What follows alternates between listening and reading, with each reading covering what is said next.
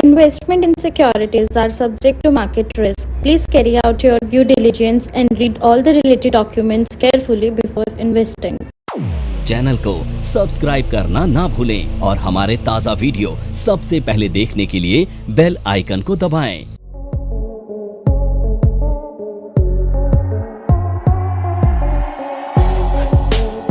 अब ये sideways strategy है, बुलिश मार्केट में स्ट्रेटेजी है और बेरिश स्ट्रेटेजी है। अब ये तीन व्यूज के साथ आप मार्केट में काम कर सकते हो। अब देखो, मार्केट क्या डेली बेसिस पर ऊपर जा सकता है? जवाब है नहीं। क्या मार्केट डेली बेसिस पर नीचे जा सकता है? जवाब है नहीं। क्या मार्केट डेली साइडवेज रह सकता है? जवाब है नहीं। तो इसका मतलब है कि मार्केट कभी ऊपर जाएगा, कभी नीचे जाएगा और कभी साइडवेज हो जाएगा। तो हर मार्केट के एनवायरनमेंट के हिसाब से हमारे पास एक स्ट्रेटेजी है जिसको हम डिप्लॉय करते हैं। ठीक है, तो माहौल को आइडेंटिफाई करना है और फिर ऑप्शन की स्ट्रेटेजी को डिप्लॉय करना है। ठीक है, अब यहां पर आपको एक चीज समझनी है कि आप मार्केट में कैसे काम कर सकते हैं। तो सबसे पहली चीज जिसे हम कहते हैं सिंपल कॉल। ठीक है, तो ये जो सिंपल कॉल है ये हमारी पहली स्ट्रेटेजी है। नॉर्मली इसे स्ट्रेटेजी नहीं बोलेंगे। अच्छा, हमारी जो पहली स्ट्रेटेजी है इसका नाम है सिंपल कॉल। अब ये जो सिंपल कॉल है ना, ये आप कब डिप्लॉय करते हैं? नॉर्मली देखो, इसे मैं स्ट्रेटेजी नहीं बोलूंगा, केवल इसे अंडरस्टैंडिंग बोलूंगा ऑप्शन की, क्योंकि स्ट्रेटेजी का मतलब होता है जब आप एक कॉल लो और साथ में एक पुट ले लो, एक कॉल ले लो या एक कॉल सेल कर दो, यानी कि दो साइमल्टेनियसली एक्शन को हम ऑप्शन स्ट्रेटेजी बोलते हैं। पर यहां पर क्योंकि मुझे शुरुआत करनी है तो मैं आपको सिंपल कॉल से ये सारी चीजें पढ़ाऊंगा। ठीक है, तो अब ये सिंपल कॉल कैसे माहौल में आइडेंटिफाई करते हैं? तो देखो, सबसे पहली चीज आपके पास ना मार्केट व्यू होना चाहिए। तो सबसे पहली चीज हमें क्या आइडेंटिफाई करनी है कि मार्केट में हमारा व्यू क्या है, वो क्लियर हो जाए। तो देखो, मार्केट में जैसा अभी हमने डिस्कस किया कि व्यू तीन तरह के होते हैं, बुलिश, बेरिश और साइडवेज। तो अगर मार्केट बुलिश है तो मार्केट ऊपर जाना चाहिए, और जब मार्केट ऊपर जाएगा तो आपको क्या बाय करना चाहिए? कॉल बाय करनी चाहिए। तो मार्केट व्यू हमारा क्या है? यहां पर बुलिश है। अब देखो, ये जो स्ट्रेटेजीज हम लोग डिप्लॉय करेंगे ना, ये दो चीजों पे कर सकते हैं। पहली चीज, हम इंडेक्स पर इसे डिप्लॉय कर सकते हैं। दूसरी चीज, हम इसे स्टॉक्स पे डिप्लॉय कर सकते हैं। तो मैं यहां पर सारी स्ट्रेटेजी इंडेक्स पर बनाऊंगा क्योंकि मुझे आसान लगता है वो करना। ठीक है, तो आप उसे सेम वे प्राइस पे ही बना रहे हैं, तो आप उसे अपने आप अंडरस्टैंड कर लेंगे कि ये स्टॉक पर भी बनाई जा सकती है। ठीक है, और बीच में नहीं तो हम एक दो स्टॉक वाले एग्जांपल भी ले लेंगे। तो अब यहां पर मैं ये स्ट्रेटेजी बना रहा हूं निफ्टी के ऊपर। तो मान लीजिए कि निफ्टी जो है उसका स्पॉट प्राइस जो है निफ्टी का वो है 20,000। ये 20,000 का निफ्टी है और हमें यहां पे लगता है कि मार्केट का जो व्यू है वो बुलिश है। अब बुलिश होने की वजह बहुत सारी हो सकती हैं। मान लीजिए कोई मार्केट में टेक्निकल चार्ट का ब्रेकआउट है, कोई पॉजिटिव न्यूज आ गई। ठीक है, नमस्कार दोस्तों, क्या आप स्टॉक मार्केट में शुरुआत करने का सोच रहे हैं और क्या आपको यह समझ में नहीं आ रहा है कि आपकी शुरुआत कहां से होनी चाहिए? तो मैं आपको एक ऐसा कोर्स सजेस्ट करने जा रहा हूं जो आपकी लाइफ चेंज कर सकता है, और मैं बात कर रहा हूं NIFM का advance level of smart investor course की, जो आपकी लाइफ चेंज कर सकता है। जी हां, आपने सही सुना, NIFM आपके लिए लेके आया है एक ऐसा शानदार कोर्स जो आपको बताएगा कि किस तरह से आप स्टॉक मार्केट में सक्सेसफुली पैसा कमा सकते हैं। और ये कोर्स है advance level of smart investor. Advance level of smart investor course आपको हर छोटी से छोटी और बड़ी से बड़ी मार्केट की बारीकियों के बारे में जानकारी देता है, और ये सभी जानकारियां आपको इस मार्केट में पैसा कमाने में बहुत ज्यादा मददगार साबित होती हैं। तो इस कोर्स को करने के बाद आप मार्केट में सक्सेसफुल ट्रेडर और सक्सेसफुल इन्वेस्टर बन सकते हैं। तो इन वजहों से मार्केट बुलिश हो जाता है। तो मार्केट बुलिश होने के पीछे रीजन आप आइडेंटिफाई कर चुके हैं, और करने के बाद आपको लगता है कि मार्केट ऊपर जाना चाहिए। अब देखिए, टेक्निकल चार्ट से हमें यह तो पता चल जाता है कि मार्केट का ब्रेकआउट आ चुका है और अगला लेवल क्या हो सकता है। तो अब यहां पर मान लेते हैं कि यहां पर आप जो अपसाइड एक्सपेक्ट कर रहे हैं, वो अपसाइड आप एक्सपेक्ट कर रहे हैं 200 पॉइंट्स की। ठीक है, ये आपकी अपसाइड है जो आप एक्सपेक्ट कर रहे हैं। ठीक है, अब इस कंडीशन में आप क्या करेंगे? आपके पास तीन ऑप्शन है। पहला कि आप इन द मनी कॉल लें, दूसरा आप एट द मनी कॉल लें, तीसरा आप out of the money call लें। अब जब भी आपको ये तीनों चीजों का जवाब ढूंढना है तो इसका जवाब मैं आपको दे रहा हूं, एक बार लिखिएगा और फिर आप तय करिएगा कि आप इसे किस पर बनाना चाहेंगे। एंड मजे की बात यह है कि सिंपल कॉल को आप तीनों पर बना सकते हैं। ठीक है, अब देखिए जब भी वॉलेटिलिटी हाई होगी तो आप क्या बाय करेंगे? ओटीएम। ये हम समझ चुके थे, पढ़ चुके थे। जब भी लो वॉलेटिलिटी होगी तो आप क्या बाय करेंगे? आईटीएम बाय करेंगे। और जब माइल्ड वॉलेटिलिटी होगी, यानी थोड़ी सी वॉलेटिलिटी हो सकती है, तो आप क्या बाय कर सकते हैं?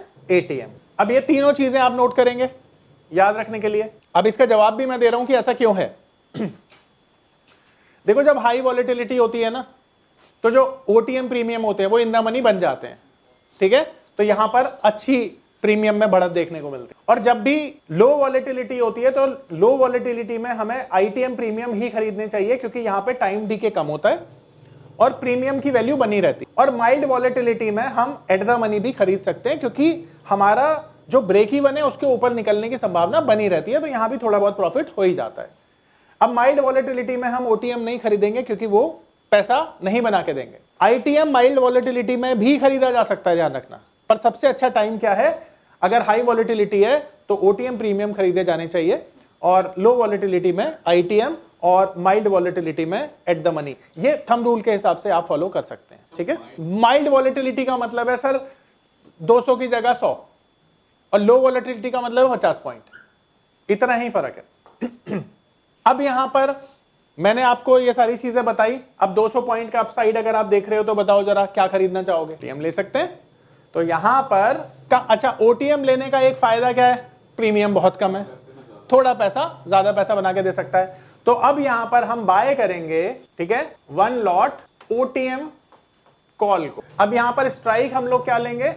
आप स्ट्राइक ले सकते हो 20,100 की, जिसका प्रीमियम मैं मान लेता हूं 25 रुपए आएगा।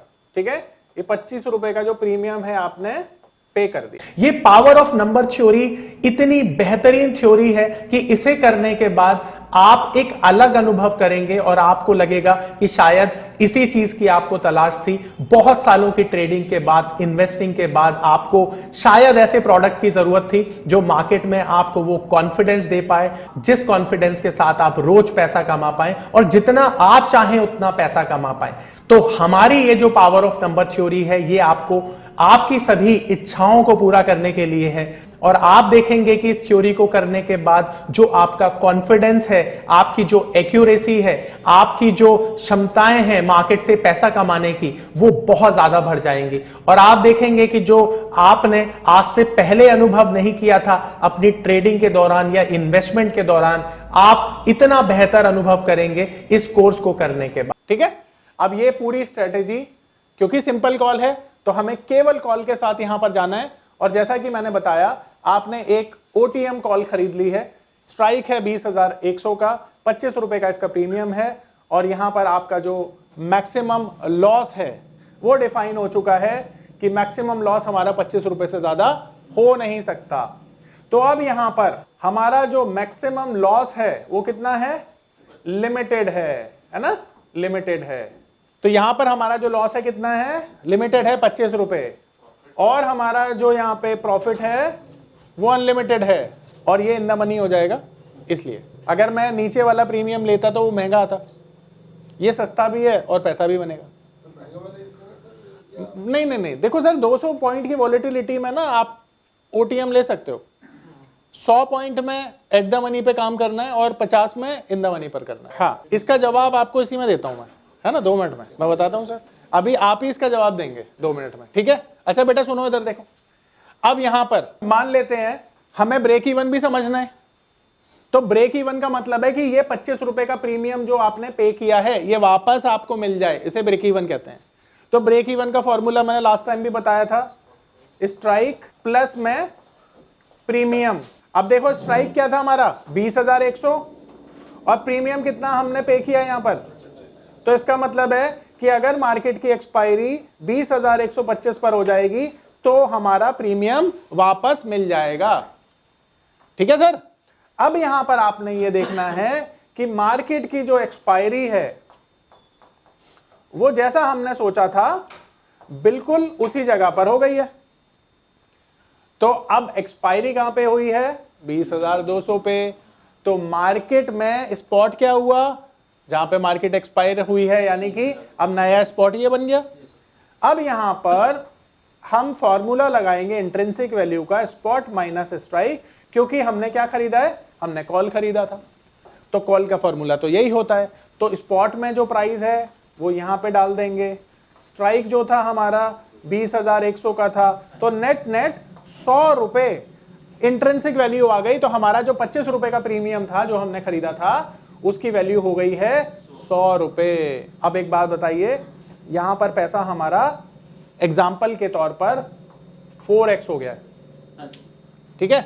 अब आपके सवाल का जवाब, अगर सर आप 20,000 की ही कॉल लेते तो उसका जो प्रीमियम है तकरीबन मुझे लगता है कि वो आता 150 रुपए, 150 रुपए कम से कम आता। ठीक है सर, चलिए 100 रुपए। ठीक है। अब 100 वाली जो चीज है आपकी कितनी हुई? 200 रुपए। पर 25 रुपए वाली कितनी हुई?